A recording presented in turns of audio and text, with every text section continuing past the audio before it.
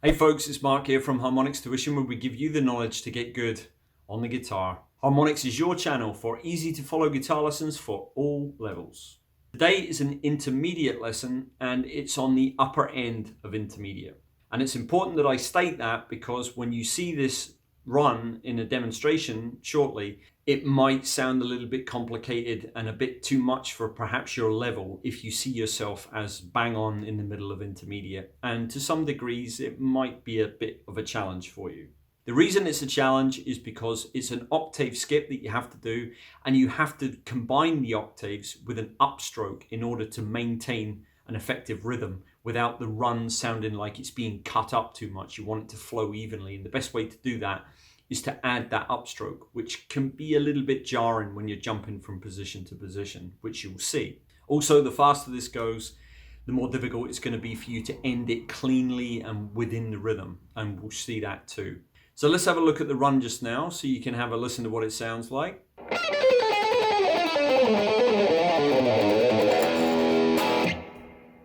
This kind of mysterious, kind of harmonic minor, Spanishy, Eastern kind of sound is quite exotic maybe for some of you to try, but it is very nice, and if you can get to grips with it, even playing it at a moderate pace, it's going to sound lovely, even on acoustics as well. So that's why I really want you to give this a try. Okay, so let's break it down. The main problem with this run is when you're changing to the next octave and finishing it, because you're going to have to use quite a lot of kind of dexterity with your left hand to move down to this note here, the first fret on the E string, to release to the E major.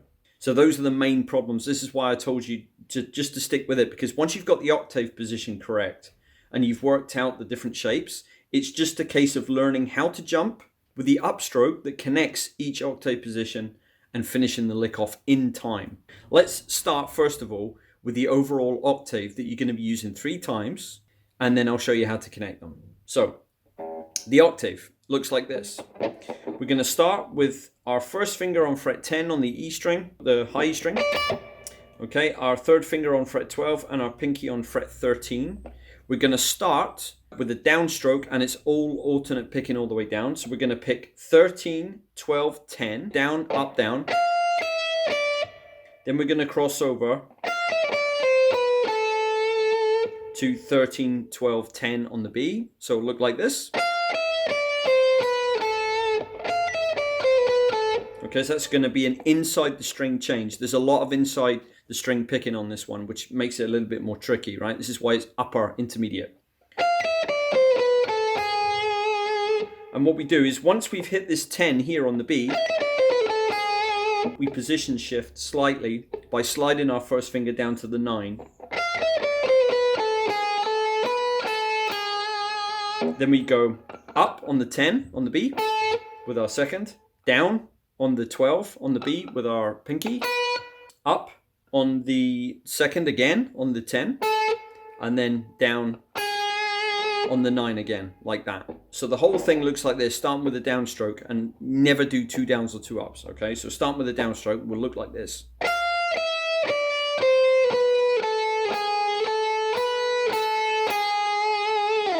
Okay, that's the octave. That's what I want you to practice to start with. And the beats are going to be 1, 2, 3, 4, like that.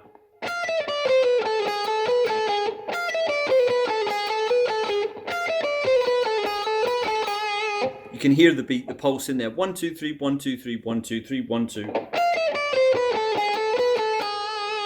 Here's the first major problem. When you go from here to the next octave position, okay, the problem is you're going to be starting with a 9 with your third finger on the G string. So I'm going to show you exactly how to do this octave, and then I'm going to show you how to connect the both. So this octave starts with the third finger on the 9 with an upstroke. Okay, and then we go back to what we did here. So all I want you to remember is once you've learned this octave and you start with a downstroke with your pinky on 13, you're shifting everything to fret 7, 9, and 10 with these 3 fingers. So the first finger, third finger, and the pinky. But instead of starting it like this, which is what you did here, you're beginning it with an upstroke on the 9 on the G with your third finger, and then immediately you go into the octave pattern that we did. So if you wanted to start exactly the same way as you should start here when you jump, you would have to do an up on the third finger here on the 12. And then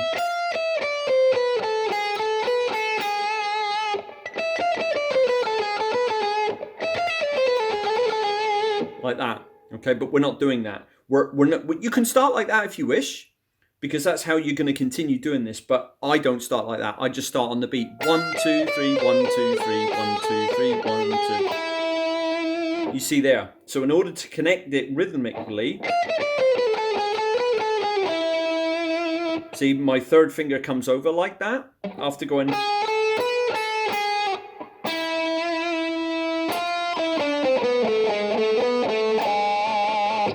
Here's the transition. We got to this note, then we need to remember we're going to start with an upstroke on the next octave. So our first finger jumps to fret 7, our third finger jumps to fret 9, and our pinky sitting over the 10 ready. We do the upstroke on the 9, then we do the octave.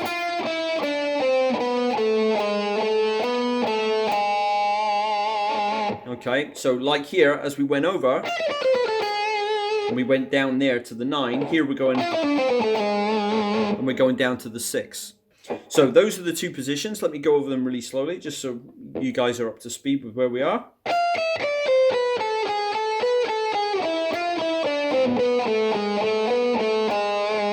Okay, and the more perceptive of you will have guessed that we're doing exactly the same thing again, but with the final octave shape. So our first finger will be on fret 5. Our third, which is going to start all this with the upstroke, as we did here, which is our transition note, if you like, into this last octave shape, is going to be on fret 7 with our third finger. And we're going to hover over fret 8 with our pinky ready to start the next octave shape after we jump.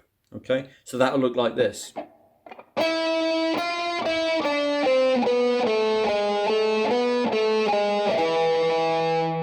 See, I'm ready on the 7 there, and then down.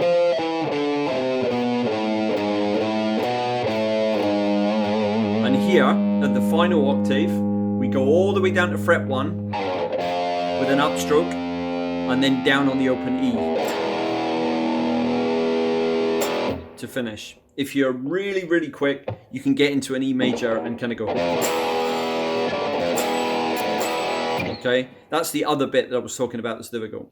If we just look at the transition from octave 2 to octave 3, we can see that. Starting with the position shift, so we've done the first octave and we're here, we're ready with our third finger on fret 9 with the upstroke.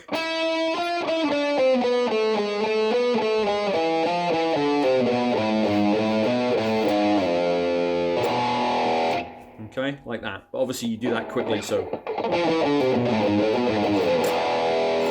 it's got to be in time. And the faster you do this, the more insanely quick you need to go. Fret 1, open string. Fret 1, open string. It's really quite difficult to do it super quick.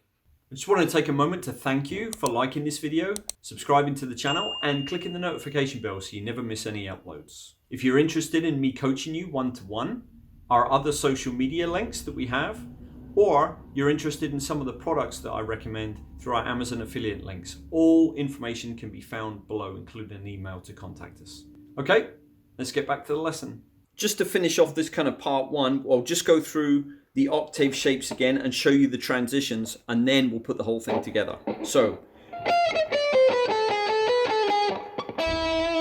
okay, so that's my third finger is jumped over. My first finger is already ready now on fret 7. Third finger's on 9. That's an upstroke. So we can start on the beat. Again, that movement there is over on the 7. Third's there. First is ready on the 5. Pinky's kind of ready to go on the 8. Upstroke. Then we begin the octave. Up, down to finish. Okay, so the main problems for you here that I've highlighted for you is when you're position shifting, you got to remember that before the beat on the and, if you like, it's going to be an upstroke on the note just before the pinky note to begin the octave. So So if you can hear that, so there would be a beat on the pinky. So 1, 2, 3, 1, 2, 3, 1. Okay, that's why it sounds so cool. Now, if I don't put an upstroke on the transition, let me show you how different it sounds, and you'll understand why we have to do it.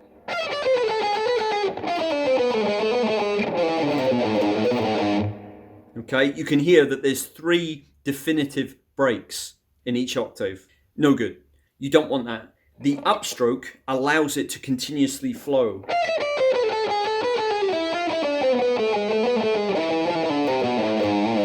See, so it doesn't stop. That's what it does. That's why it's tricky, and that's why I think it's so important that you do this very slowly and you get it right, because it's going to help you, because your upstroking is going to improve and your sense of timing is going to improve too.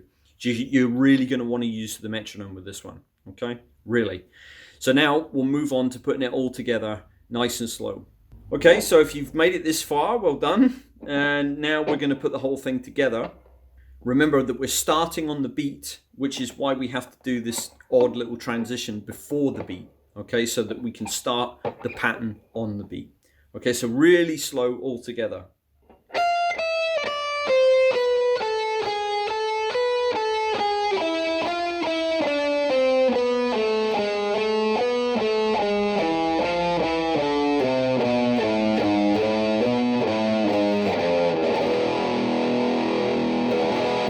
Okay, a little bit faster.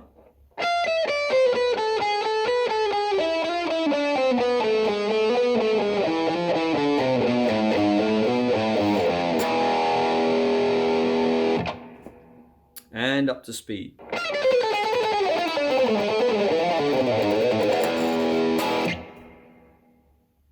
I'm going to leave the intermediate playlist for you here to go through. I'm sure there's plenty of lessons in there that you can benefit from, so good luck with them.